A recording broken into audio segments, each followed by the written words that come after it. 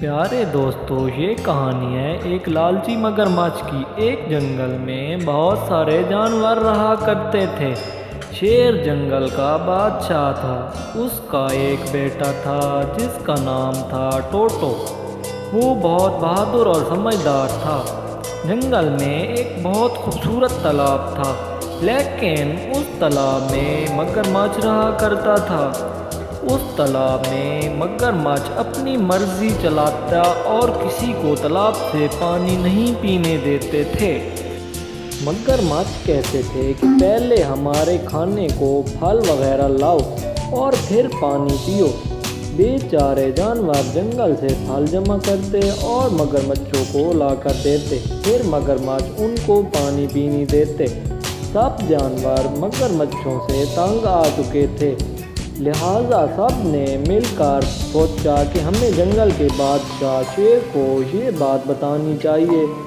جانور نے کہا، اب بھی چلتے ہیں، اور اسی وقت چالاک لومڑی بول پڑی، اگر شیر بادشاہ اس معاملے میں پیچھے ہٹا تو اس کو جنگل کا بادشاہ قرار نہیں دیا جائے گا۔ لومڑی نے سارے جانوروں کو شیر کے خلاف بھڑکا دیا۔ سب جانور مل کر جنگل کے بادشاہ شیر کے پاس گئے اور سارا معاملہ بتایا، اور یہ بھی کہا، آپ ہم کو ان مگرمچھوں سے نجات دلائیں، ورنہ آپ یہ جنگل چھوڑ کر جا سکتے ہیں۔ یہ کہہ کر سب جانور وہاں سے چلے گئے۔ یہ سارا ماجرا شیر کا بیٹا ٹوٹو سن رہا تھا۔ جنگل کا بادشاہ ساری رات شیر پریشان رہا۔ ٹوٹو یہ سب دیکھ رہا تھا۔ اس نے جنگل کے سارے جانوروں کو بلایا اور ان سے کہا، اس جنگل کے بادشاہ شیر تو بہت اچھے ہیں، آپ لوگوں کا اتنا خیال رکھتے ہیں، اور آپ ہیں کہ مشکل وقت میں ان کا ساتھ چھوڑ رہے ہیں۔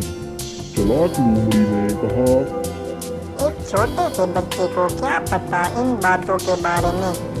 لیکن ٹوٹو کی یہ بات جانوروں کے دل میں جڑ پکڑ گئی، اور ان سب جانوروں نے بادشاہ شیر کے پاس جا کر اپنے رویوں کی معافی مانگی اور کہا، ہم سب مل کر مگرمچھوں کا مقابلہ کریں گے۔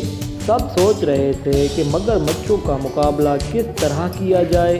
اتنے میں ٹوٹو بول پڑا، مگرمچھوں کو کھانے کا بہت شوق ہوتا ہے، اور ان سب سے پسندیدہ کھانا خرگوش ہے۔ اب تو شامت خرگوش کی تھی۔ اتنے میں ہاتھی بول پڑا، ہم خرگوش کو مار تو نہیں سکتے۔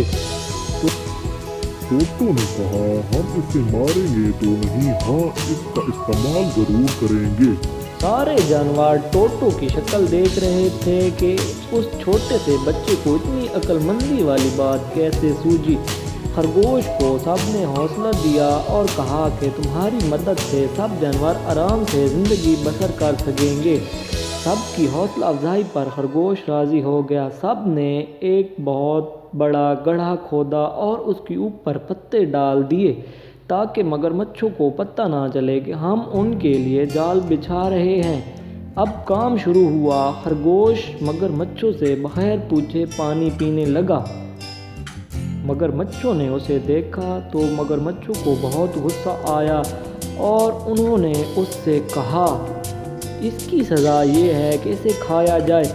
دوسرے مگرمچھوں نے یہ سنا تو ان کے منہ میں پانی بھر آیا۔ خرگوش نے مگرمچھوں کو اپنی طرف بڑھتے ہوئے دیکھ لیا۔ خرگوش وہاں سے ہلکے ہلکے بھاگنے لگا۔ مگرمچھوں سے بھی لالچ کے بنا رہا نہ گیا اور اس کے پیچھے بھاگنے لگے۔ مگرمچھ خرگوش کا پیچھا کرتے کرتے وہاں تک پہنچ گئے جہاں جال بچھا ہوا تھا۔ خرگوش جال کے اوپر سے چھلانگ مار کر دوسری طرف گر پڑا اور سارے مگرمچھ گڑھے میں گر پڑے۔